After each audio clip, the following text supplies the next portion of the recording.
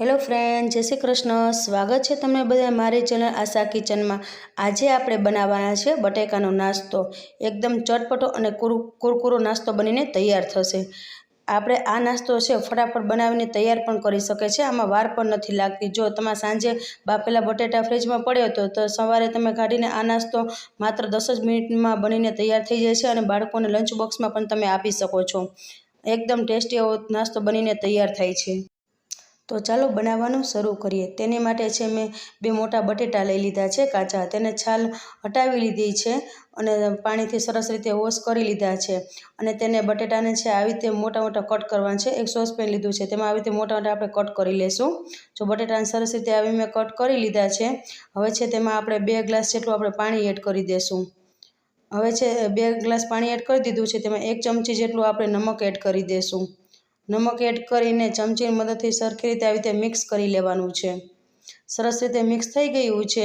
હવે આપણે છે તે ગેસ ચાલુ કરી લેશું અને જે બટેટા છે તેને આપણે બાફવા રાખી દેવાના છે. 15 મિનિટ સુધી આપણે બટેટાને બાફવાના છે.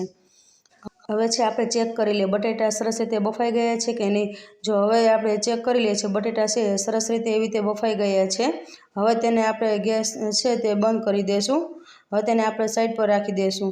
હવે છે મેં એક આવી રીતે મોટું વાસણ લીધું છે, તેની ઉપર ગળણી રાખી દીધી છે. તેની ઉપર આપણે બટેટા રાખી દઈશું અને પાણી છે તે નીચે નીકળી જાય. હવે તેને ઠંડા કરવા માટે રાખી દેવાના છે બટેટાને. અને આ નાસ્તાની ખાસિયત એ છે કે આ નાસ્તો ખાલી માત્ર 2 જ વસ્તુથી બનીને તૈયાર પણ થઈ જાય છે અને એકદમ કુરકુરો એવો નાસ્તો બનીને તૈયાર થઈ જાય છે. અને જો બટેટા સરસ રીતે બફાઈ ગયા છે. હવે જે આપણે મિક્સિંગ બાઉલ લીધું છે તેમાં આપણે બટેટાને રાખી દઈશું અને બટેટા ઠંડા પણ સરસ રીતે થઈ ગયા છે. હવે છે આ બટેટાને છે મિક્સરની મદદથી આવી રીતે આપણે મેશ કરી લેવાના છે. બધા બટેટાને સરસ રીતે મેશ કરી લીધા છે. આ નાસ્તો બનાવતા વાર પણ નથી લાગતી.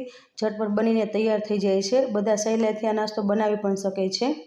તો સરસ રીતે બટેટા છે તે મેશ થઈ ગયા છે. હવે તેને આપણે ચમચાથી સરસ રીતે આવી રીતે મિક્સ કરી લેશું. હવે છે તેમાં મેં 1 ચમચી જેટલું છે તે નમક લીધું છે, તે આપણે એડ કરી દઈશું. સ્વાદ પ્રમાણે નમક લેવાનું છે. હવે છે તેમાં મેં ફ્રેશ કાળા મરીનો પાવડર લીધો છે 1 ચમચી જેટલો, તે એડ કરી દઈશું. હવે તે મરચાંની પેસ્ટ બનાવી લીધી છે ખાંડલીમાં ખાંડીને, તે એડ કરી દઈશું. અને 1 નાની વાટકી જેટલા લીલા ધાણા લીધા છે તે એડ કરી દઈશું. તમે લીલા ધાણા છે વધારે ઓછા કરી શકો છો. હવે ચમચાની મદદ સરસ રીતે આપણે મિક્સ કરી લેવાનું છે.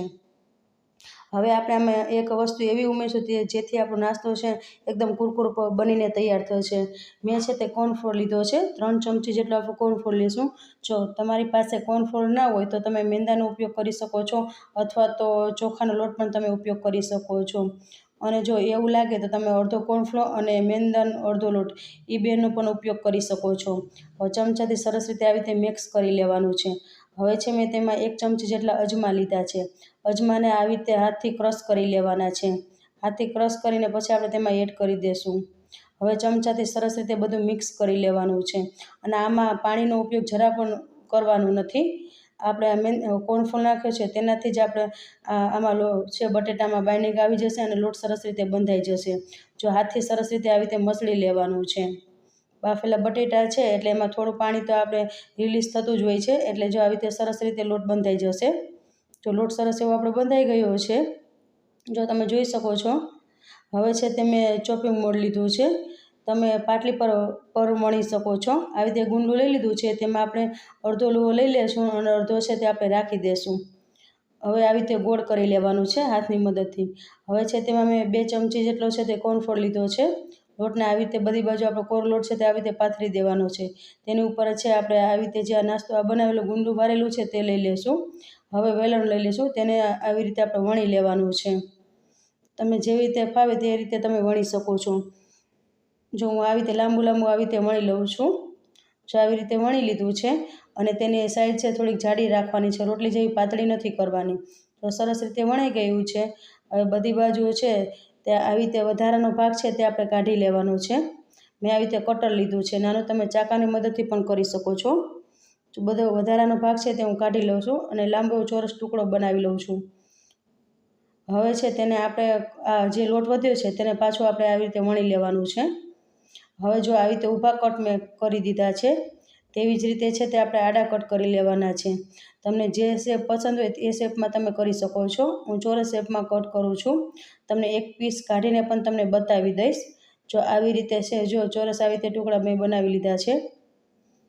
જો એવી જ રીતે મેં બધા છે તે ટુકડા આવી રીતે બનાવીને તૈયાર કરી લીધા છે પીસીસને. હવે છે તેને આપણે તળવાના છે. મેં પહેલેથી જ છે તે તેલ ગરમ કરવા રાખી દીધું હતું. તેલ સરસ એવું ગરમ થઈ ગયું છે. હવે જે આપણે આ ચોરસ ટુકડા બનાવીને તૈયાર કરે છે નાસ્તાના, તે આપણે તેલમાં એડ કરી દઈશું. તેલમાં જેટલા સમય તેટલા આપણે પીસીસ છે તે એડ કરી દેવાના છે. અને ફ્રેન્ડ્સ, તમને મારો વિડીયો થોડો પણ પસંદ આવે તો વિડીયોને લાઇક કરજો, શેર કરજો અને ચેનલ પર નવા હોય તો ચેનલને સબસ્ક્રાઈબ કરવાનું ભૂલતા નહીં. જો બધા છે પીસીસ મેં તેલમાં એડ કરી દીધા છે. અને આ નાસ્તાને પલટાવવાની જરા પણ ઉતાવળ કરવાની નથી. આ નાસ્તો થોડો ક્રિસ્પી થાય પછી જ તેને પલટાવવાનો છે. જો નાસ્તો થોડોક એવો કલર ચેન્જ થઈ ગયો છે, હવે આપણે ચમચીની મદદથી જોઈએ અને તે આવી રીતે પલટાવી લેવાનો છે. બધા નાસ્તાને મેં આવી રીતે પલટાવી લીધો છે અને નાસ્તો આપણો ફૂલી પણ રહ્યો છે. અને આ નાસ્તો છે બંને બાજુ ક્રિસ્પી થાય ત્યાં સુધી આપણે તેને તળવાનો છે. તમે તેનો કલર પણ જોઈ શકો છો. જો બંને બાજુ સરસ એવો ક્રિસ્પી થવા લાગ્યો છે. આપણો નાસ્તો સરસ એવો ક્રિસ્પી થઈ ગયો છે. હવે તેને આપણે જારની મદદથી આપણે છે તે નાસ્તાને બહાર કાઢી લેશું. તેવી જ રીતે બધો નાસ્તો છે મેં તેલમાંથી બહાર કાઢી લીધો છે. જારમાં રાખી દીધો છે જેથી વધારાનું તેલ છે તે નીતરી જાય. હવે તેવી જ રીતે છે તે આપણે બીજો બેચ છે તે તળી લેવાનો. પેલો બેચ તળાઈ ગયો છે, તેવી જ રીતે આપણે બીજો બેચ છે તે તળી લેવાનો છે. આ નાસ્તો છે બંને બાજુ ક્રિસ્પી થાય ત્યાં સુધી આપણે તેને તળવાનો છે. જો બંને બાજુ સરસ એવું ક્રિસ્પી થઈ ગયો છે. હવે આ નાસ્તાને પણ છે આપણે તેલથી બહાર કાઢી લઈએ અને જેથી વધારાનું તેલ છે તે બહાર નીકળી જાય. હવે તેને આપણે સર્વિંગ પ્લેટમાં કાઢી લેશું. આ નાસ્તાને જો આ નાસ્તાને મેં બહાર કાઢી લીધો છે. જોતાં જ ખાવાનું મન થઈ જાય તેવો આપણો નાસ્તો બનીને તૈયાર થઈ ગયો છે ને. અને આ નાસ્તો એકદમ ટેસ્ટી અને કુરકુરો બની તૈયાર થાય છે. જો તમને અવાજ પણ સંભળાવી દઉં, અવાજ પણ એકદમ સરસ એવો આવે છે. જો અવાજ એનો આવે છે ને, એકદમ અવાજ, એકદમ કુરકુરો એવો નાસ્તો બનીને તૈયાર થઈ ગયો છે. તો તૈયાર છે આપણે બટેટાનો નાસ્તો. આ રેસીપી તમને કેવી લાગી? સારી લાગી તો વિડીયો લાઇક કરજો, શેર કરજો અને ચેનલ પર નવા હોય તો ચેનલ સબસ્ક્રાઈબ કરવાનું ભૂલતા નહીં. ફરી મળશું એક નવા વિડીયો સાથે. ત્યાં સુધી જય શ્રી કૃષ્ણ બધાને and thank you for watching.